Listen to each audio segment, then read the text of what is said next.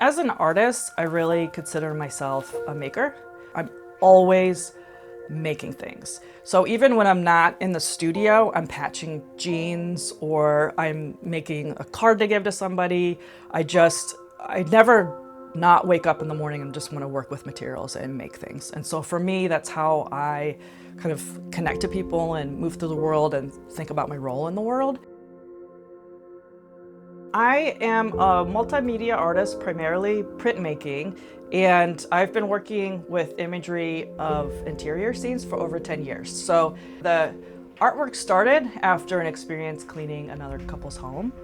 And I was in their space kind of over and over and over again. And part of both kind of the caring for them through caring for their space and just visually seeing it over and over and over again, it just came out in the work.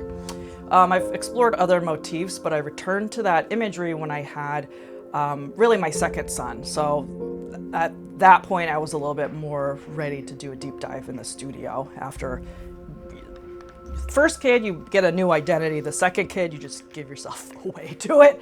And so that's about the same time I started working at Phoenix Rising Printmaking. I found a really supportive community there, a lot of other artists, moms who just understood where I was at and was very supportive. And it just was really a natural syncing of imagery and just the practicality of working in a printmaking studio. So printmaking, by its nature, repetition is a big part of that, and you can do a lot of preparation at home, but the printing aspect typically happens at a print shop. It's a more communal way of making work, and so between kind of the supportive community and then I was in my same space over and over and over again, so it made sense to use repeated imagery to kind of describe this experience.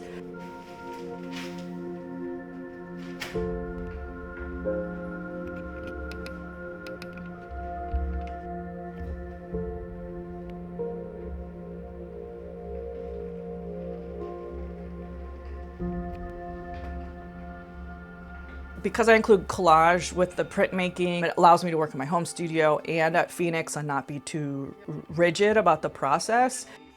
I almost feel like there's a compost part of it where I'll work on something and maybe it's not a resolved piece in itself. I just throw it in the bin of creative compost. And then I always have something I can pull out and respond to as well. And that's a way for me to, I continue to reuse materials. And that also relates to the way that I prepare to print. So I actually am currently working a lot with just recycled materials, AKA trash.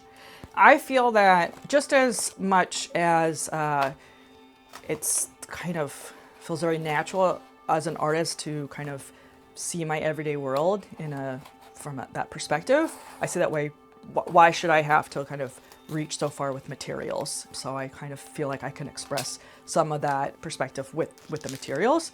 That said, I work with kind of most high-end fine art paper and inks. I'm not making trash to make trash. They're just part of the process. And another reason why I like to work with recycled materials, and I encourage students to, I work with students, so I spend a lot of energy thinking about the creative process and encouraging other people to engage in it, is because you owe it nothing.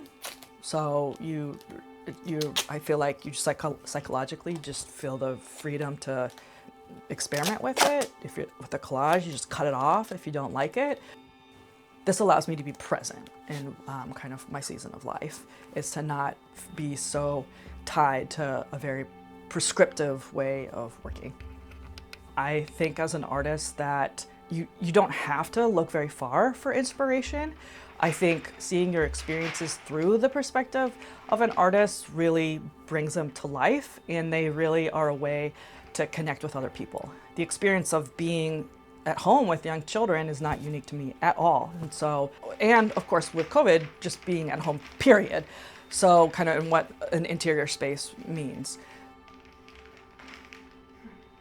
Kind of between public and private, inside and outside.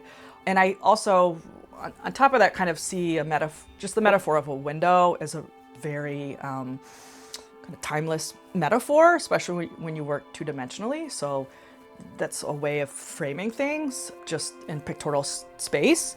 So there's a lot of just really straightforward overlap there, but also the metaphor of a worldview, kind of your lens seeing out in the world. So in my work, I want to continue moving forward to really manipulate where the viewer feels, whether they're on the in looking out or on the out looking in, and really think about how often porous that is and how that relates to community and kind of the way that we relate to the world outside of us. And again, for me, it's not an answerable question. I have not found that to be the case.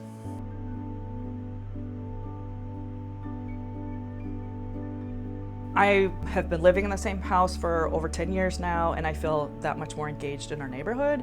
So when I walk in our neighborhood, these are friends of mine, or the house, even if I don't know who lives in there, that neighborhood we live is pretty tight-knit. It's likely that I'll know someone who knows someone there.